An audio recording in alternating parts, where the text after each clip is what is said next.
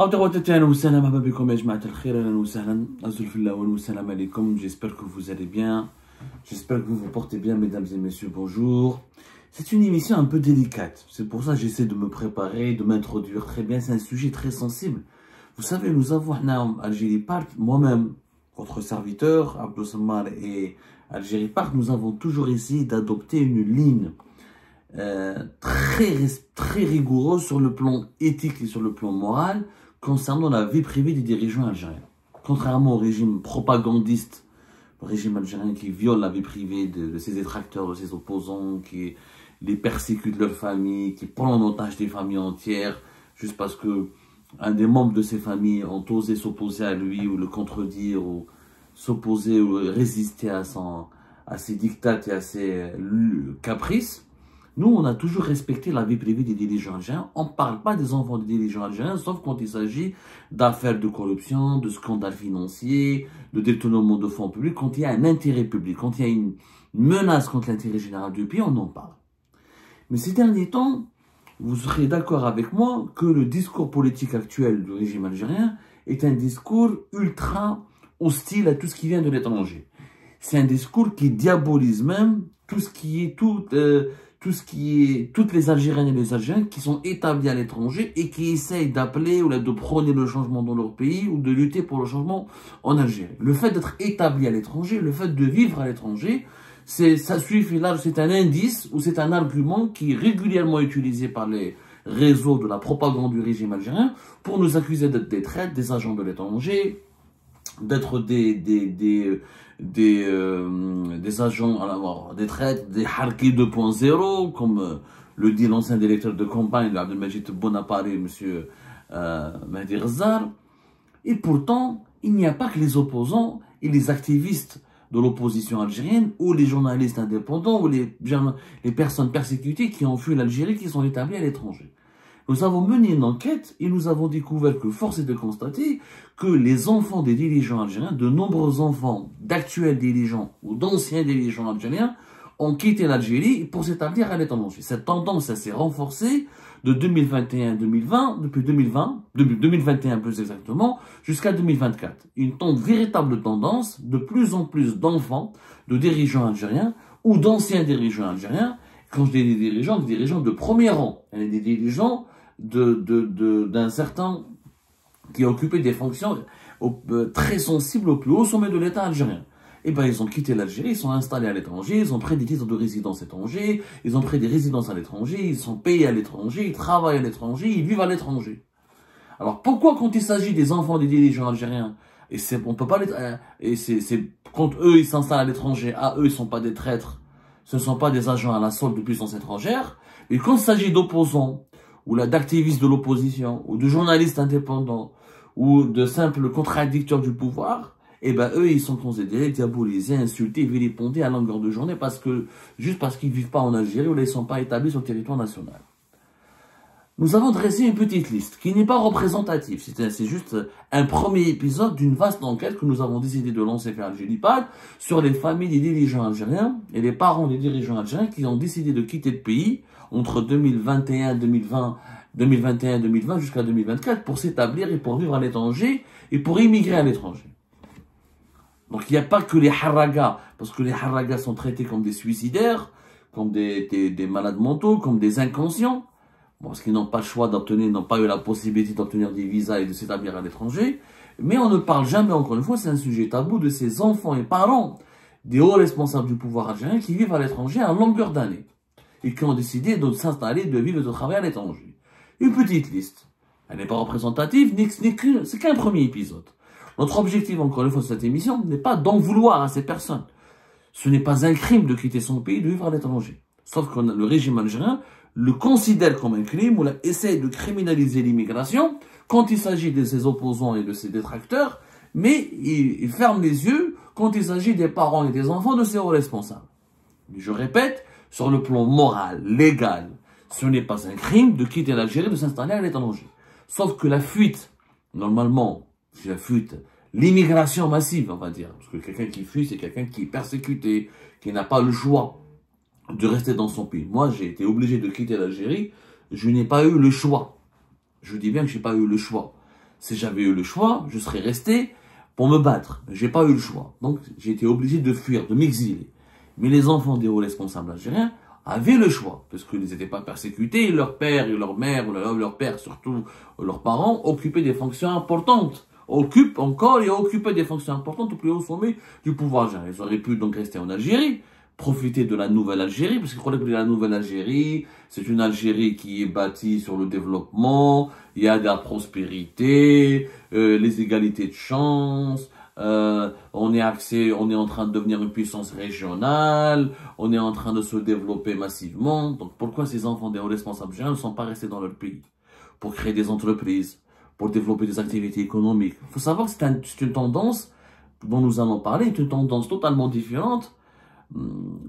Enfin, c'est une tendance totalement différente par rapport à l'époque de Bouteflika, puisqu'à l'époque de Bouteflika, les enfants des généraux, des ministres, des hauts responsables du pouvoir ne quittaient pas beaucoup le pays. Ils restaient en Algérie. Même s'ils partaient étudier à l'étranger, ils revenaient en Algérie pour créer des entreprises, pour faire de l'import-export, de la promotion immobilière, dans l'industrie, prendre des crédits bancaires, pour s'enrichir en Algérie, parce que l'argent, il est en Algérie. Les véritables perspectives d'enrichissement sont en Algérie, ne sont pas en France, en Suisse ou là ailleurs. Le marché il est vierge en Algérie, c'est un pays continent, il y a des crédits bancaires, il y a des financements, et beaucoup des enfants des généraux, des ministres, des hauts responsables politiques et militaires ont fait des affaires en Algérie. À l'époque de Bouteflika, c'était ainsi le mode de vie qui était entretenu par le gratin, la nomenclatura du système algérien. À l'époque de Tebboune, à l'époque de la nouvelle Algérie, c'est le contraire. On a de moins en moins d'enfants de hauts responsables qui font des affaires en Algérie et qui ont décidé de partir pour aller vivre sous des cieux plus cléments. Et ils ont trouvé que l'herbe n'est pas verte en Algérie, ils ont cherché ils ont cherché une herbe plus verte ailleurs. C'est-à-dire qu'ils ont cherché des perspectives de vie meilleures que dans leur pays natal, alors qu'ils avaient la possibilité de créer des entreprises et de profiter des avantages que leur procurent les fonctions de leur père. Si l'Algérie était dynamique aujourd'hui, si l'Algérie se portait bien, s'il y avait énormément de croissance, si le pays s'épanouissait et si le pays devenait une puissance régionale, les enfants des généraux et des ministres et des hauts responsables du pouvoir seraient restés en Algérie. Ils ne seraient pas partis en France ou là en Suisse ou là en Espagne ou là ailleurs pour chercher à s'établir ou là à obtenir des résidences ou là des papiers à l'étranger, etc. Ils auraient profité de leur pays pour s'enrichir, pour bâtir des fortunes et des empires. Ce n'est pas le cas.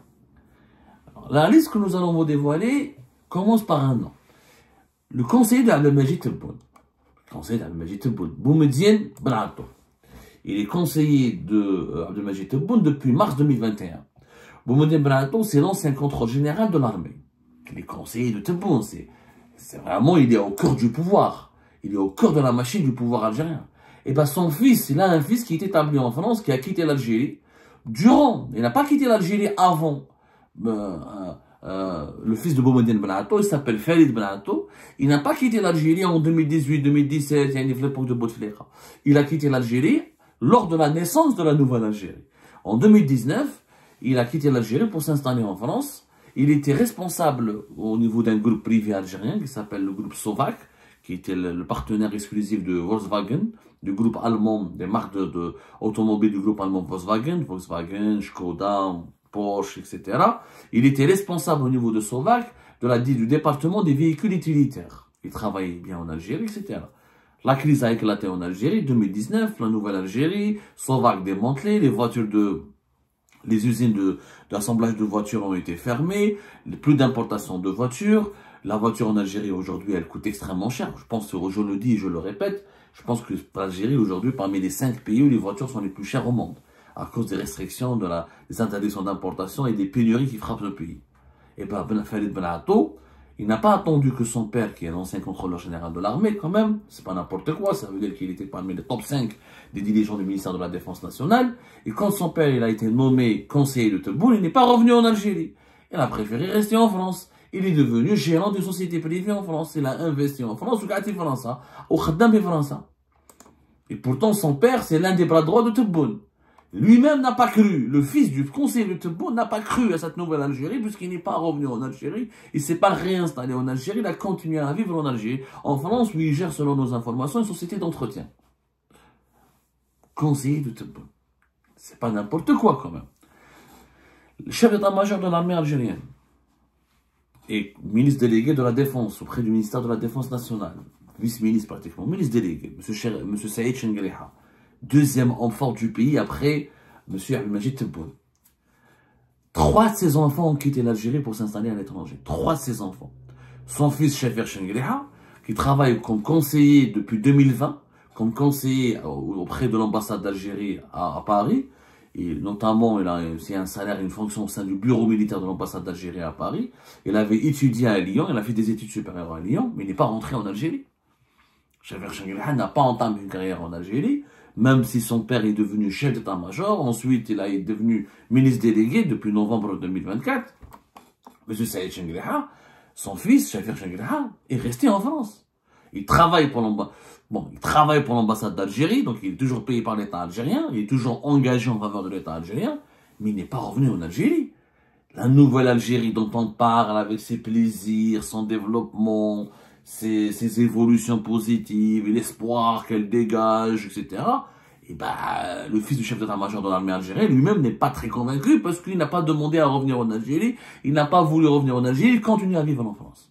Mieux encore. Les deux filles de M. Saïd Chengriha sont installées à l'étranger. Depuis septembre 2021, Mme Melissa Chengriha travaille pour le compte d'une filiale importante de Sonatrach à Londres. Et depuis 2023, j'ai oublié le mois plus exactement, le mois précis, la deuxième fille de M. Saïd Chengriha, qui s'appelle Nadia Chengriha, travaille au niveau de l'ambassade d'Algérie à Washington, au niveau du bureau militaire de l'ambassade d'Algérie. Elle s'occupe d'un service social, selon nos informations, selon nos investigations, ou d'un bureau militaire de l'ambassade d'Algérie à Washington. 3 enfants de Saïd Chengriha sont établis à l'étranger. C'est pas un crime, encore une fois. Je dis bien que c'est un pas. J'ai pas dit que Chafer Chengriha et ses sœurs sont corrompus, etc. Loin de là. Je n'ai rien à leur reprocher. Ce n'est pas illégal, encore une fois. Ce n'est pas illégal. Ce qu'on peut s'interroger, par contre, sur le conflit d'intérêts. Leur père est chef d'état-major et elle travaille pour les filles et les garçons travaillent pour l'État algérien. Donc il y a un conflit d'intérêts. Est-ce qu'ils ont été recrutés par par Sonatrach à Londres et par l'ambassade d'Algérie à Paris, par l'ambassade d'Algérie à Washington, aux États-Unis, parce que les enfants de Chengriha sont compétents? Est-ce qu'ils sont vraiment compétents? Est-ce qu'ils sont brillants? Est-ce qu'ils sont particulièrement... Qu'est-ce qu'ils apportent réellement à l'État algérien? Ou parce qu'ils ont été recrutés uniquement parce que leur père est chef d'état-major? La question est légitime. Je pense que la réponse, malheureusement, penche pour la deuxième hypothèse. Moi, je pense que c'est une succession de conflits d'intérêts. Normalement, quand un haut responsable de l'État, il occupe des fonctions officielles, il faut éviter que ses enfants travaillent pour l'État. Notamment lorsqu'il s'agit de services publics ou d'institutions qui relèvent directement ou qui sont reliés directement à l'autorité que dirige leur père. C'est un conflit d'intérêts direct. Moi, j'aurais aimé que les enfants de Chengriha travaillent pour l'État algérien, peut-être, mais dans un autre secteur totalement différent du secteur que dirige leur père. Mais j'aurais aimé en réalité, normalement, si on veut appliquer la morale et la loi pour être exemplaire, ton père est chef d'état-major de l'armée, tu ne travailles pas pour l'État. Tu travailles pour d'autres intérêts privés, tu fais des carrières, etc. pour éviter toute situation de conflit d'intérêts qui peut générer du trafic d'influence ou un risque avéré de corruption. Le problème n'est pas là. Mais aujourd'hui, l'émission, c'est de dire est-ce que les enfants de Chengriha ont été recrutés sur une base saine ou pas saine? Est-ce qu'ils méritent leur poste à l'étranger ou pas? Le fait est que il a 6 enfants de Chengriha, 3 de ces enfants sont partis à l'étranger. Ils ne profitent pas de la nouvelle Algérie. Ils n'ont pas cru à la nouvelle Algérie. Sinon, ils auraient resté en Algérie. Ils n'ont pas ouvert d'entreprise en Algérie. Ils n'ont pas fait des affaires en Algérie. À l'époque, l'ancien chef d'état-major de l'armée, qui était avant Saïd Chengriha, c'était le marhoum Gaïd Salah, ses enfants n'ont pas quitté l'Algérie. Les enfants de Gaïd Salah faisaient des affaires en Algérie. Parce que le pays était dynamique. Bon, les enfants de Gaïd Salah sont impliqués dans des affaires de corruption, sont impliqués dans des affaires de trafic d'influence, ils se sont liés à des hommes d'affaires véreux, mais ils sont restés en Algérie, ils ont entrepris, ils ont fait de la promotion immobilière, ils ont ouvert des entreprises, ils ont fait du commerce, de gros comme de détail, ils ont essayé de faire de la petite industrie, ils sont restés en Algérie, parce qu'à l'époque, quand on voit l'Algérie de Bouteflika, elle était dynamique, il y avait des perspectives économiques, il y avait une vraie croissance, il y avait une ouverture, il y avait des projets qui étaient initiés. C'est pas le cas aujourd'hui. C'est ce qui explique peut-être pourquoi les 3 enfants de Saïd Chengriha, 2 filles et un garçon, ont décidé de partir et de quitter leur pays pour s'installer définitivement Je dis bien définitivement à l'étranger. Et ça soulève des interrogations. Ça s'est passé, encore une fois, entre 2020 et 2024. C'est la période étudiée par nos investigations. Il y a encore un autre responsable en ce moment au pouvoir, le général-major Haj Bousselja. Général-major Haj Bousselja, c'est un général plutôt, pas général-major. Enfin, je pense qu'il n'a pas été encore promu général-major, en tout cas lors de sa nomination en 2023 comme directeur central de l'intendance au ministère de la Défense nationale. Il était encore général, et le général Haj Bousselja, qui est l'un des plus proches généraux de M. Saïd Chengreha, son fils aussi a quitté l'Algérie, il travaille à l'étranger. Il n'est pas établi en Algérie. Son fils travaille au niveau de l'ambassade d'Algérie à Bruxelles. Et depuis 2 ans. C'est-à-dire qu'il travaille là-bas depuis plus de 2 ans, selon nos investigations. À aucun moment, il n'avait souhaité, visiblement, de revenir dans son pays. Pour lui aussi, profiter du développement et du rayonnement de cette nouvelle Algérie qui nous est vendue comme un mythe. Alors que dans la réalité, la situation d'Algérie d'aujourd'hui, il n'y a rien de réjouissant. Crise économique, inflation à 2 chiffres, des horizons bouchés, pression, climat de tension en permanence et très peu d'espoir de relance.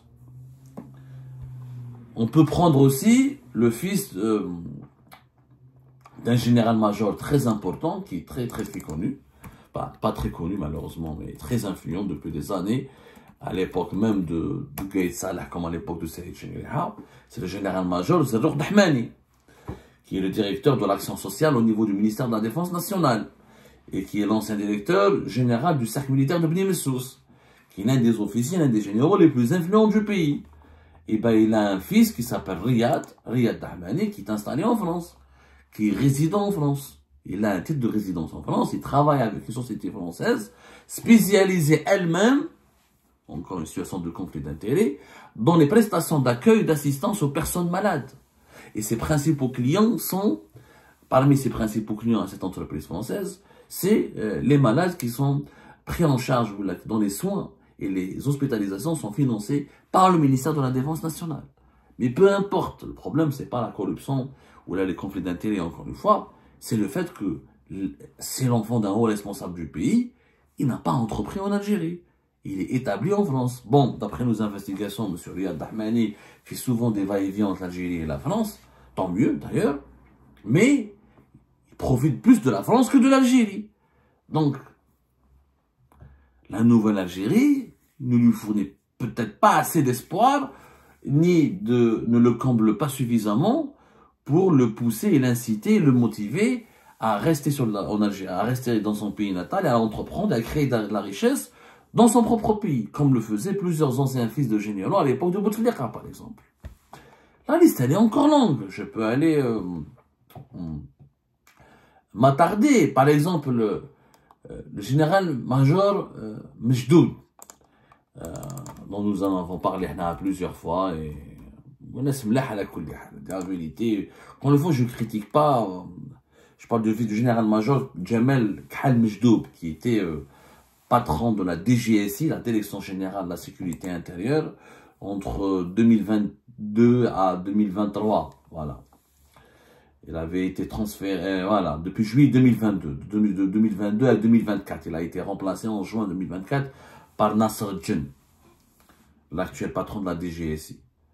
Général-major Djamel Khal Mejdoub. Nesmelah, je le dis encore une fois, Nesmelah, c'est quelqu'un vraiment d'incorruptible. Il avait une grande carrière au service de l'État algérien et il avait occupé des postes très importants comme par exemple la Direction Générale de la Sécurité et de la Protection Présidentielle.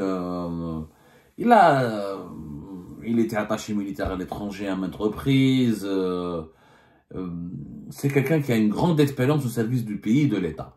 Ses 3 enfants, même au moment où leur père était responsable de la DGSI, c'est-à-dire l'un des postes clés des services secrets algériens, parmi les 3 hommes les plus puissants des services secrets algériens, eh ben, il avait 3 enfants installés à l'étranger qui n'ont jamais voulu revenir en Algérie. 3 fils à Paris, Nice et Dubaï.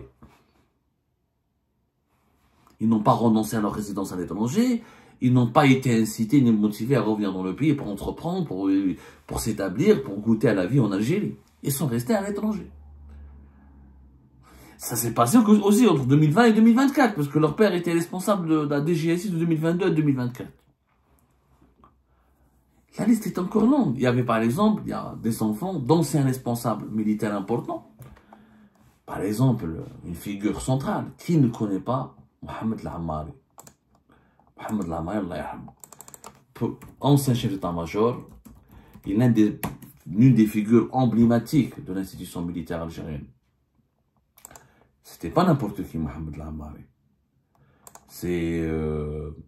Alors, Mohamed Al-Ammari, il a travaillé il était chef d'état-major depuis quelle année? De 93 à 2004.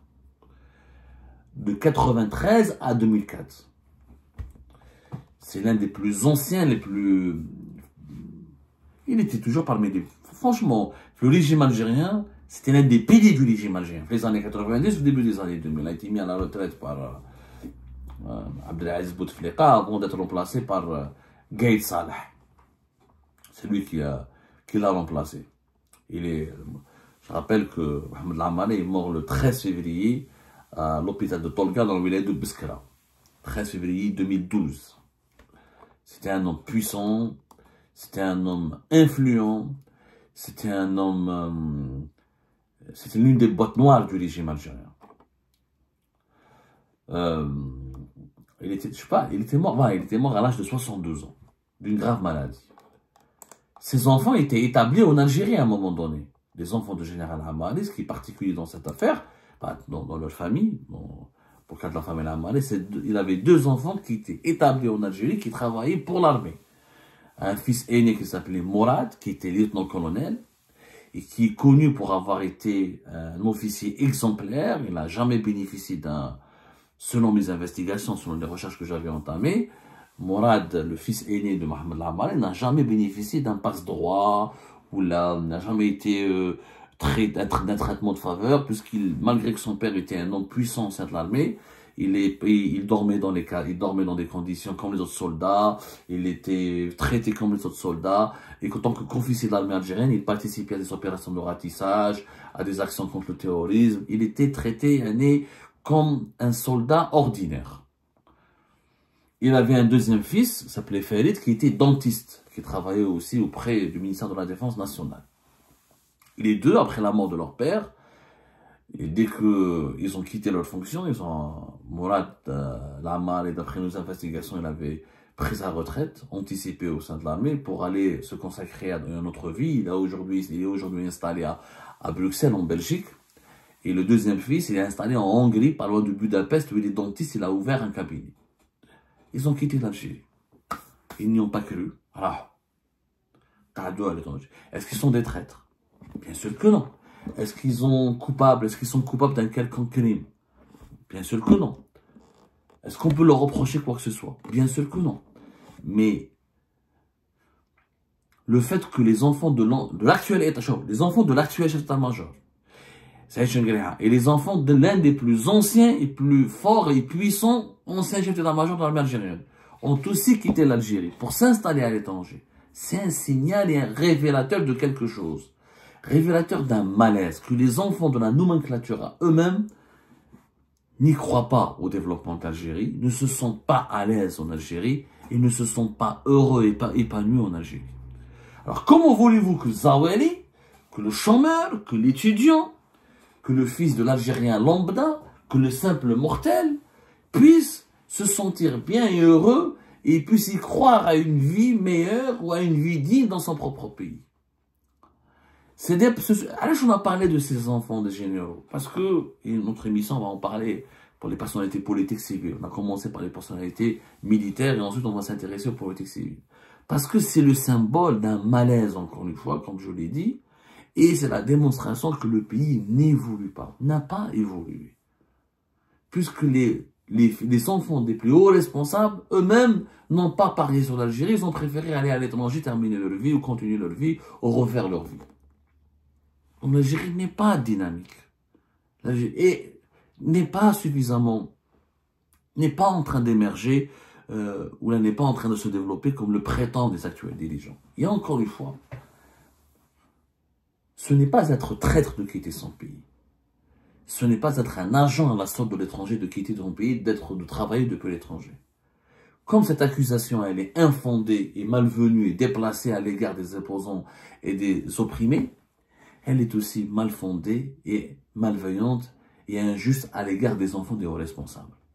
Donc que le régime algérien arrête de nous donner des leçons de morale, qu'il arrête de mentir, qu'il arrête de manipuler aussi.